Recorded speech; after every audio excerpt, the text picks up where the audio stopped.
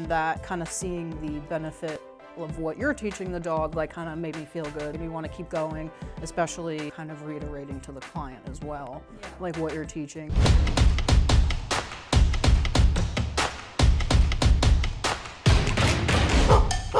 All right, so introduce yourself. What is your name? What is it that you do here at Canine Mania?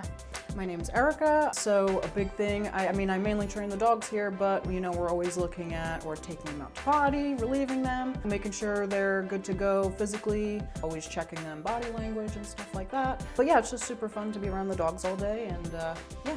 So lots of training for you. Yeah. Yes. But before you got into training here, you were studying training or you had done training somewhere else, right? Yeah, I did it somewhere else, a couple of different places, small business, and then went to Petco. But yeah, for about 2019, I started basic stuff, mostly positive, but I was around aggression and reactivity and stuff like that. Nothing too in-depth like it is here, but it kind of, grounded me a little bit to lead me into this. I love hearing people's story of like how they kind of got started into dogs, right? Because it's such a niche thing to get into. So, and especially like the dog training part of it. Right. So how did you get into the actual dog training? So, I mean, growing up, my mom was an animal cop, so An animal cop? Yeah, so I frequently would like go into the work van and stuff. She would basically just go out on calls when, when needed. So that kind of like led me into the animal field, and since I want to say like 2010 or 11 maybe, I started pet retail. Okay. And then, I worked around birds and small animals and not just dogs and cats and stuff. So that, stemmed out my interest a little bit in different animals. How does that manifestation happen? So the one business I worked at, we did basically every dog service. So grooming, walking, training, daycare, and boarding. That's where I kind of dipped into the service a little bit more, and it kind of took a liking to training. My boss was the owner of her business and the head trainer, so she kind of directed me and taught me most of what I know now. Just kind of like the baseline of things. And then that, kind of seeing the benefit of what you're teaching the dog like kind of made me feel good, and made me want to keep going, especially kind of reiterating to the client as well. Yeah. Like what you're teaching, and then they're like, oh, the reaction is the best. Oh, she never does that. I love that. Yeah. It's like, yeah, I did that. Yeah, no, that always does feel really good. Yeah. So for you, what is the appeal of dog training? Like, why does it appeal to you?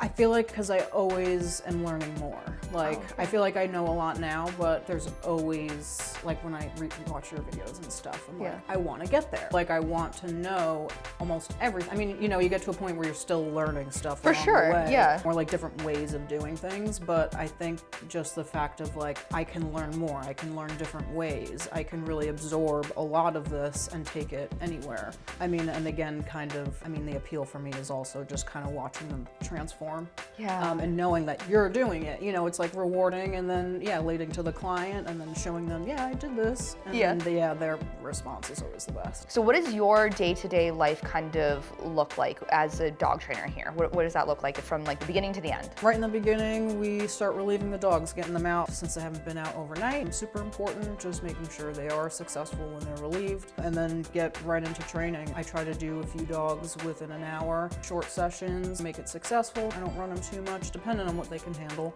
And then halfway lunch, and then right back to it. At the end of the day is more, again, just kind of helping the kennel techs out. Lots of training for you. How many dogs do you usually have that you're like in your rotation? Well, right now I have 3 clients, but I am put on the walk list for certain dogs that other people don't handle, or, if there's another trainer that's not here. Yeah. Just making sure they get exercise and get some kind of work done.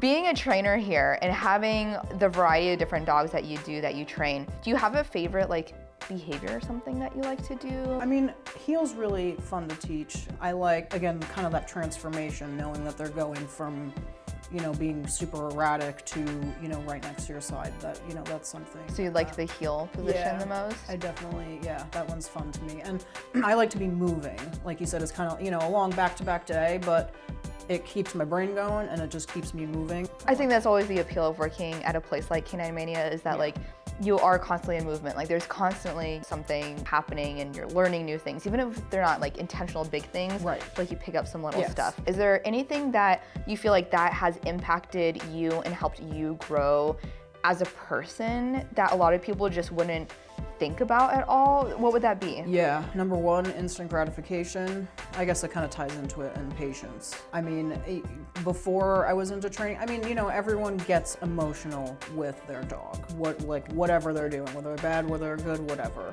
You know, you do find a lot of negative emotion from owner to pet when they're misbehaving and stuff like that. I could say, like, was like that at some point, you know, like you kind of let your emotion take over, but learning that they can't speak for themselves. They can't, you know, do what we do, so you have to assume a lot of things, and you just got to be patient with it. If you're trying to teach something, even within the first few minutes of teaching a new command, people are like, they get antsy. They want, you know, they see it once and they're like, ooh, they got it. And it's like, they don't got it. You gotta keep being patient with it, you know, and then they mess up and they're like, what, you know?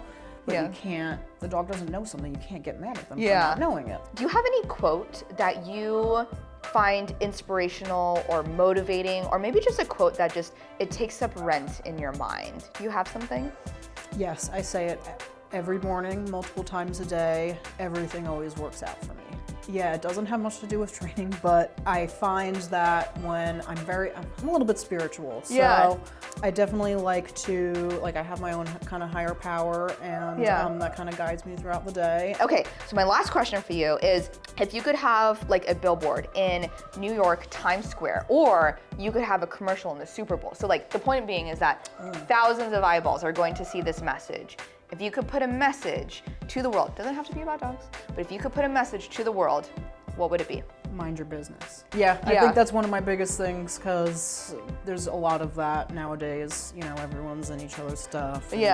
Mind your business so we can just all get stuff done and stay in your lane. I love it. Okay, cool. So before I let you go, I'm sure that you have dogs to train, things to get back to. Do you have any last second comments, notes, words of wisdom to pass on to other dog trainers or aspiring dog trainers, or are you ready to get back to training? Yeah, I mean, a little message is for new trainers, just getting into it, if you're liking it now, again, be patient. Try as best as you can to just hang in there, because in the beginning it's frustrating because you're not getting the timing right, you're not getting this right, you're getting critiqued a lot, and it ends up, you know, if you absorb it and you take it, you know, positively, you're gonna really get somewhere. So yeah, remain vigilant and patient. Vigilant and patient. Yeah, I love that. Awesome. Thanks so much for talking, Erika.